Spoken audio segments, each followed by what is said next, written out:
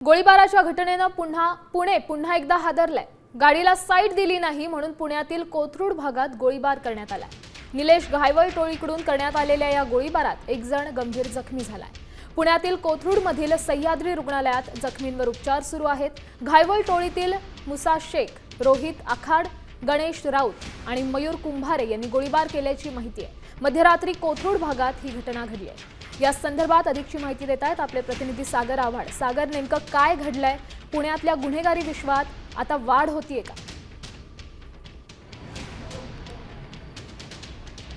नक्कीच पुण्यामध्ये खळबळजनक घडणाऱ्या घटना ज्या आहेत त्या गेल्या काही दिवसापासून घडत आहेत। आता जर आपण पाहिलं तर मी आता कोथरूड परिसरामध्ये आहे आणि हे मुठेश्वर मित्रमंडळ आहे।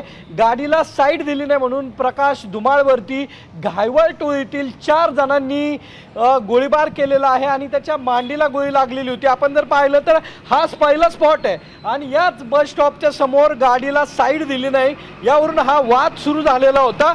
या स्पॉट नंतर प्रकाश धुमाळच्या पायाला गोळी लागली आणि तो या ठिकाणाहून पळत जो आहे तो या ठिकाणी आलेला आपल्याला पाहायला मिळतोय। एकंदरीतच आपण जर पाहिलं तर तो या ठिकाणाहून 500 मीटर जो आहे तो पळत आलेला आहे। संपूर्ण रक्त जे आहे ते आपल्याला या ठिकाणी पाहायला मिळत आहे। पुणे शहरामध्ये टोळी युद्ध जे आहे ते पुन्हा एकदा उफाळून आलेलं पाहायला मिळत आहे। आता जर पाहिलं तर त्याने आपला जीव वाचवण्याचा प्रयत्न जो आहे तो केलेला पाहायला मिळतोय।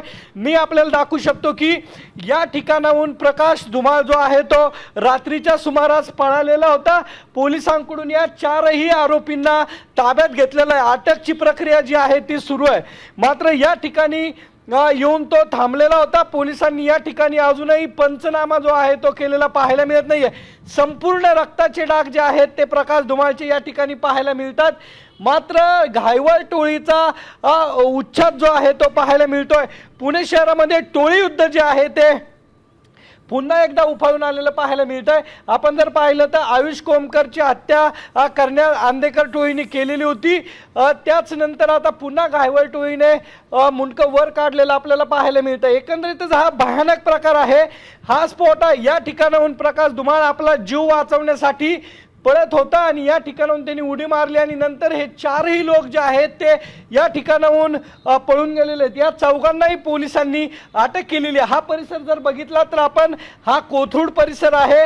याच ठिकाणी पार्किंगच्या गाडीला साईट मिळाली नाही, या वादातून हा सर्व प्रकार जो आहे तो घडलेला पाहायला मिळतोय।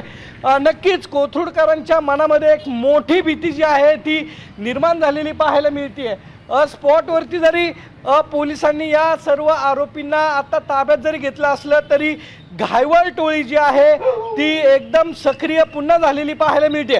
किरकोळ वादावर पाहू शकतोय पुण्यातलं गँग वॉर काही थांबायचं नाव घेत नाहीये। हा घटनाक्रम तुम्ही सांगितला। निलेश घायवळ टोळीकडून पुण्यात गोळीबार झाला। आता isakal.com आहे देशातील नंबर 1 ची मराठी न्यूज वेबसाईट। प्रत्येक अपडेटसाठी isakal.com ला नक्की भेट द्या।